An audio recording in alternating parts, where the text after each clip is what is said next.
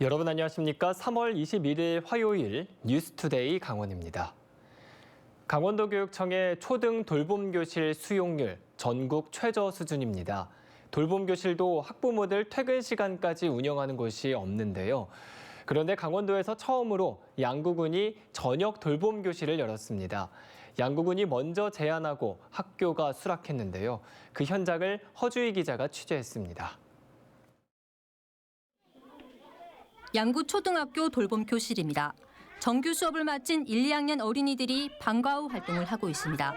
그런데 올해는 오후 7시까지 운영하는 저녁 돌봄 교실이 추가로 생겼습니다. 학교 안에서 저녁 돌봄 교실을 운영하는 것은 강원도에서 처음입니다. 제안은 양구군이 먼저 했습니다. 학부모가 퇴근할 때까지 지자체가 아이들의 돌봄을 책임지겠다는 군수 공약 사업으로 추진했습니다.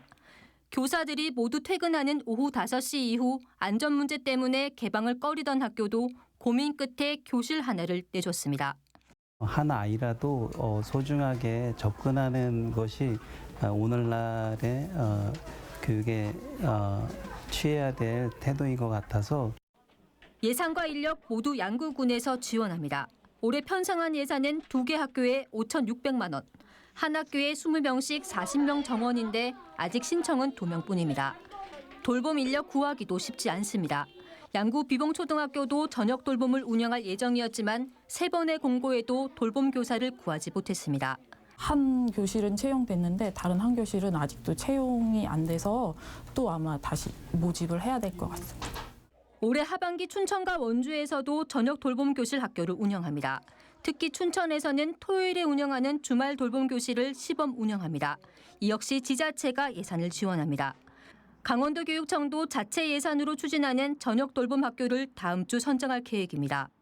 돌봄 교실에 대한 지자체들의 적극적인 투자로 강원도의 열악한 돌봄 정책이 전환점을 맞고 있습니다.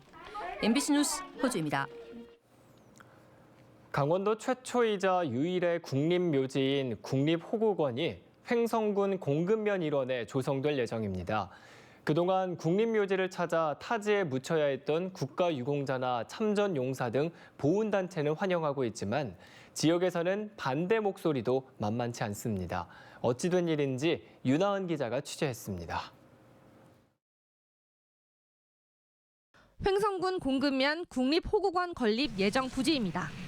국가보훈처는 2028년까지 433억 원을 투입해 이곳에 봉안시설 2만 개를 갖춘 국립호국원을 조성할 계획입니다. 공모 당시 횡성과 영월, 양구군이 유치를 희망했고 현지 답사 등을 거쳐 최종 부지가 결정됐습니다. 국가유공자와 참전용사 등 보훈단체는 환영하고 있습니다. 안장 대상자들 대부분이 고령인 점을 생각하면 강원도의 국립호국원 건립을 더 이상 미룰 수 없다며 조속한 추진을 위해 힘을 모아달라고 밝혔습니다. 또 나라를 위해 희생한 이들이 고향을 떠나 타지에 묻히는 서름을 해결할 기회이며 매장시설이 아닌 납골 안장식 시설인 만큼 환경적 위해 요인이 적다고도 덧붙였습니다. 그 돌아가신 분들도 사실 고향에다 모시려 했는데 고향에 모시고 대전이나 뭐 이런 데로 갔잖아요. 타지보다 고향에 있는 게 좋거든요, 사실. 그 자녀들도 또 한 번 올 거 10번씩 또 올 수 있는 거고. 하지만 건립 예정지 주민들은 호국원 건립 반대 비상대책위원회를 구성하고 사업 백지화를 요구하고 있습니다. 공모 신청 당시에도 부지 선정 이후에도 주민들의 의견 수렴 절차가 없었다며 강하게 반발하고 있습니다. 36가구가 전부인 작은 마을이지만 건립 예정지 주변에 주민의 3분의 1 이상이 모여 살고 있어 경관 훼손과 교통난 등 주민 불편이 불보듯 뻔하다는 겁니다. 아무리 규모가 작고 작은 마을이라도 주민의 설명을 없이 어떻게 유치 발표를 해요? 첫 단추를 안 끼고 위에서부터 끼는 그 단추밖에 안 되는 건데 그럼 주민들 완전 무시하고 자기네는 자기네대로 고집대로 가겠다는 거잖아요. 횡성군은 호국원이 단순히 추모 공간으로 조성되는 게 아니라 자연과 함께 휴식을 취하는 공간이 될 것이며 지역 발전에 큰 전기가 될 것으로 보고 있습니다. 강원도에만 호국원 안장 대상자는 18,000명에 달합니다. 호국원 건립을 두고 빚어지고 있는 갈등 봉합이 또 다른 과제로 떠오르고 있습니다. MBC 뉴스 윤하은입니다. 내일부터 춘천시 버스 노선이 바뀝니다. 환승 없이 시내로 들어오는 마을버스가 늘어나고 중앙로 배차 시간도 더 촘촘해진다고 하는데요. 이 춘천시의 대중교통 개편안을 김도균 기자가 정리했습니다. 시민 불편을 초래했던 춘천시 교통정책이 바뀝니다. 준공영제로 운영되고 있는 마을버스 노선부터 손봤습니다. 읍면에서 시내로 들어오려면 반드시 이용해야 했던 7곳의 환승센터가 폐지됩니다. 환승센터가 일반 승강장으로 바뀌면서 승객들은 버스를 갈아탈 필요 없이 그대로 중앙로까지 올 수 있습니다. 읍면 지역 전 세대의 버스 시간표를 배부하여 주민들께서 변경된 시간표를 직접 확인하실 수 있도록 하였다는 말씀을 드립니다. 버스 노선 개편 이후 중앙로에 진입하는 버스는 기존 대비 60% 이상 늘어나 하루 383대가 됩니다. 출근 시간대 배차는 변동이 없지만 배차가 거의 없던 오후와 퇴근 시간에 139대를 늘렸습니다. 전체 82건의 주민 의견 중 77건, 즉 94%를 이번 개편안에 반영했습니다. 신동면에 증1이라는 이름을 단 버스 정류장은 5개나 되는데 이름이 겹치는 승강장 이름을 모두 고쳐 달았습니다. 마을버스 시간표도 바뀌면서 버스 이용이 어려워진 시민들을 위해서 통학택시와 통근택시를 새로 운영합니다. 하반기에는 중복 노선을 정리하고 학생 통학 노선 도입도 검토합니다. 마을버스 노선 개편 다음은 시내버스 준공영제입니다. 저희가 이제 3월 22일 마을버스 개편에 이어서 4월 중에 저희가 의회 동의를 받은 후에 준공영제는 상반기 안에 저희가 시행할 계획이고요. 민선 8기 춘천시의 대중교통 개편안이 10%에 그치고 있는 버스 운송 부담률을 끌어올려 시민버스 경영 정상화까지 닿을 수 있을지 주목됩니다. MBC 뉴스 김도균입니다. 속초시의 대표 관광 명소인 관광수산시장 일대에 주말이나 휴일이면 교통 혼잡과 정체가 반복되고 있습니다.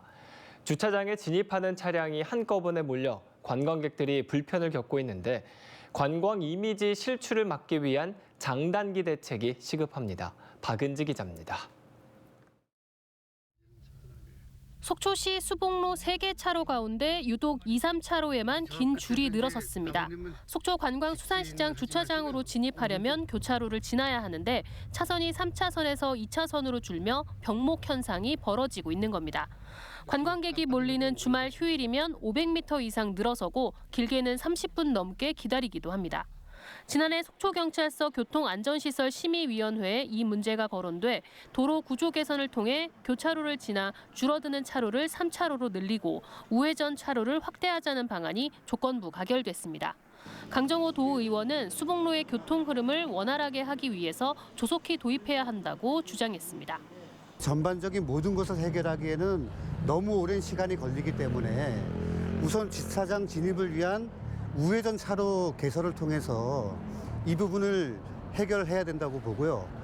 속초시는 심의위 방안 가운데 이달 중 경찰서, 도로교통공단 등과 신호체계 변경을 우선 검토할 계획입니다. 관광객에 비해 주차장 수용 능력이 크게 부족하다 보니 관공서 주차장 개방과 대형 주차장 증설 등 단기, 장기 대책 마련도 고심하고 있습니다. 관공서, 금융기관 같이 연계해서 공유 주차장으로 해서 주차장을 좀 확산하고 교통난을 좀 분산시켜 나가겠습니다. 그리고 이제 장기적으로는 이제 주차장 확충 부분에 대해서는 지난해 속초시에는 관련 통계가 작성된 이래 가장 많은 1,950만 명의 관광객이 찾았습니다. 속초에서도 관광객이 가장 많이 찾는 속초 관광수산시장의 교통 불편을 해소하기 위한 해법 마련이 시급해 보입니다. MBC 뉴스 박은지입니다. 김진태 도지사가 원주 반도체 클러스터를 흔들림 없이 추진하겠다고 말했습니다.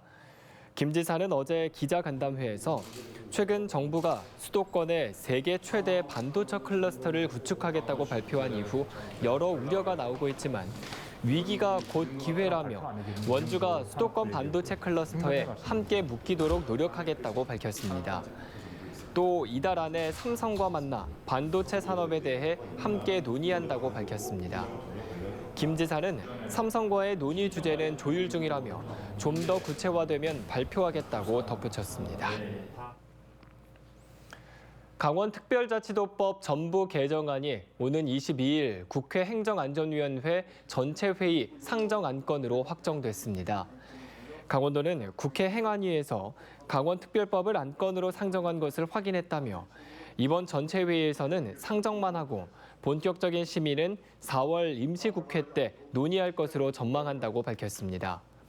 이에 따라 강원도는 강원특별법의 본회의 통과를 4월에서 5월로 늦췄습니다. 강원도는 오는 30일 춘천에서 열리는 강원특별자치도 지원위원회 첫 회의에서 정부의 협조를 강력 요청할 계획입니다. 정순신 검사특권 진상조사단 TF는 지난 17일 민사고 현장 조사 결과 강원도교육청이 정 변호사 아들의 강제 전학 처분을 무력화해 피해 학생의 고통이 가중됐다고 비판했습니다. 특히 당시 강원도교육청 징계조정위원들에게 물리적 외압이 있었는지 확인해야 한다고 지적했습니다.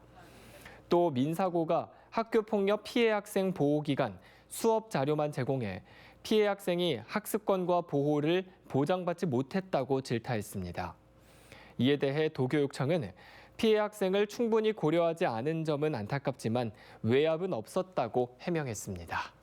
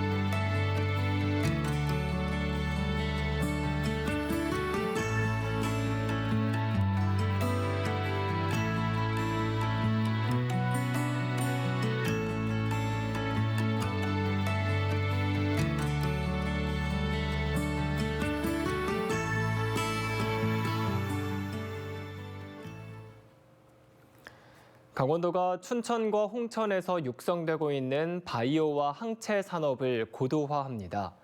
강원도는 춘천이 바이오 산업 주요 거점으로 항체 연구와 체외 진단 분야를 특화해왔고 홍천은 2026년 완공을 목표로 국가 항체 클러스터가 조성되고 있다고 밝혔습니다. 이에 따라 이들 지역에서 바이오 진단과 바이오 의학 연구 개발에 성과를 내겠다고 덧붙였습니다. 강원도는 해당 지역에 200억 원의 사업비를 투입하고 관련 조례도 제정해 지원을 강화하겠다고 밝혔습니다. 개학 시기와 맞물려 학교 내 코로나19 확진자가 증가하고 있습니다. 강원도 교육청에 따르면 코로나19 확진 초중고등학생은 이달 첫 주 56명에서 둘째 주에는 223명으로 4배나 늘었습니다. 또 교직원 확진자도 3월 첫째 주 8명에서 지난주에는 34명으로 증가했습니다. 도교육청은 작년보다 교내 확진자가 크게 감소했지만 올해는 독감이 유행하면서 개학 이후 감염병 환자가 늘고 있는 만큼 개인 방역 수칙 준수를 당부했습니다. 삼척 죽서루 국보 승격을 위한 문화재청 현지 실사가 오는 24일 실시됩니다. 이에 따라 삼척시는 국보 승격을 기원하는 서명운동과 문화재청 현지 실사 준비에 만전을 기하고 SNS 이벤트와 죽서루 그리기 대회, 사진전, 학술 대회 등을 통한 시민 관심과 호응 유도에 힘쓸 계획입니다. 보물 제213호인 삼척 죽서루는 12세기 후반 이전에 건립된 것으로 추정되며 조선 태종 3년 보수한 이후 모습을 유지하고 있어 역사적, 건축적 가치가 높은 것으로 평가되고 있습니다. 인제군이 신남마을 휴게소 조성 계획을 세웠습니다. 신남리 마을을 하나의 휴게소처럼 휴식과 먹거리, 볼거리가 있는 휴게 공간으로 조성하는 사업으로 행정안전부 특수상황지역 개발사업 공모에 선정됐습니다. 사업추진위원회를 구성하고 마을 시가지 경관 개선과 휴게소 간식 메뉴 개발, 주민 역량 강화 교육이 포함된 발전 계획을 내놨습니다. 철원 한탄강 주상절리길의 단절 구간인 강원도와 경기도 구간을 연결하는 사업이 다음 달 착공합니다. 철원구는 한탄강 주상절리길 갈마릅 군탄리 드르니에서 포천시 냉정리 구간에 69억 원을 들여 강원도 경기도 연결 인도교 길이 201m, 폭 2m의 원형 링 구조의 케이블 현수형 인도교를 4월 착공해 12월에 준공할 계획입니다. 특히 인도교에는 LED 조명을 설치해 음악과 함께 경관 조명 쇼를 진행해 야간에도 볼거리를 제공합니다. 춘천시가 담장 허물기 사업 참여자를 다음 달 28일까지 추가 모집합니다. 담장 허물기 사업은 단독주택 담장을 철거하고 녹지 공간을 조성하는 사업으로 2020년에 시작됐습니다. 올해 사업 규모는 13동이고 7동을 추가로 모집합니다. 올해부터는 담장을 철거하고 주차 공간을 조성할 수도 있습니다. 사업에 선정이 되면 최대 800만 원까지 지원받을 수 있습니다. 민주노총 강원본부 석탄공사 지부가 해고 노동자를 복직시키고 노조 탄압을 중지할 것을 요구했습니다. 석공지부는 어제 석공 도계광업소에서 기자회견을 열고 석탄공사가 대법원 판결에 따라 협력업체 노동자를 직접 근로계약하면서 민주노총 간부 2명을 부당 해고했다며 즉시 복직시킬 것을 촉구했습니다. 이와 함께 직접 고용 전환된 노동자 200명도 6개월 기간제로 계약해 고용 안정성이 위협받고 있다며 무기계약직 직접 고용으로 전환하고 노조 탄압과 부당 노동 행위도 중단할 것을 요구했습니다. 원주시 흥엄면 대학가 일대에서 스마트폰 앱을 통해 이용할 수 있는 공영 전기 자전거가 운영됩니다. 원주 공영 전기 자전거 2바퀴로는 스마트폰 앱을 통해 결제하면 자전거에 부착된 QR코드를 인식해 이용하는 방식입니다. 만 13살 이상이면 누구나 이용이 가능하며 흥엄면 대학가 주요 지점과 원주역에 있는 30개 대여소에서 대여와 반납이 가능합니다. 이달 말까지 시범 운영 기간을 거쳐 4월부터는 정식 운영에 들어간다는 계획입니다. 양구 선사 근현대사 박물관이 오는 7월까지 선사시대 문화교육을 운영합니다. 박물관과 함께하는 슬기로운 선사 생활을 주제로 한 이번 교육은 학생들이 직접 뗀석기와 빗살무늬 토기 등 선사시대 유물을 만들어보는 체험 교육으로 진행됩니다. 교육은 매주 토요일 초등학교 저학년과 고학년 학생들을 대상으로 하고 수강 신청은 오는 24일까지 선사 근현대사 박물관을 통해 할 수 있습니다. 춘천시가 봄을 맞아 어제부터 이번 달 말까지 새봄맞이 대청소에 나서고 있습니다. 하천과 공원, 등산로, 관광지를 비롯해 주차장과 자전거 도로와 같은 환경 취약 지역을 대상으로 방치된 쓰레기와 적치물을 정비합니다. 특히 28일을 새봄맞이 대청소의 날로 지정해 공무원과 군부대 등이 참여해 공지천을 비롯한 하천 일대를 대대적으로 정비할 예정입니다. 늘어나는 서핑 안전사고 예방을 위해 서핑보드 안전점검 등록제가 시행됩니다. 속초해양경찰서는 동해안 서핑 사업장에서 운영하는 서프보드를 안전점검해 기준을 통과한 보드에 인증 스티커를 부착하고 QR코드로 활동자가 안전점검 일자 등을 확인할 수 있도록 했습니다. 그동안 서프보드는 안전검사 의무가 없어 일부 사업장에서 관리가 소홀한 문제가 있어 제도적 보완이 요구됐었습니다.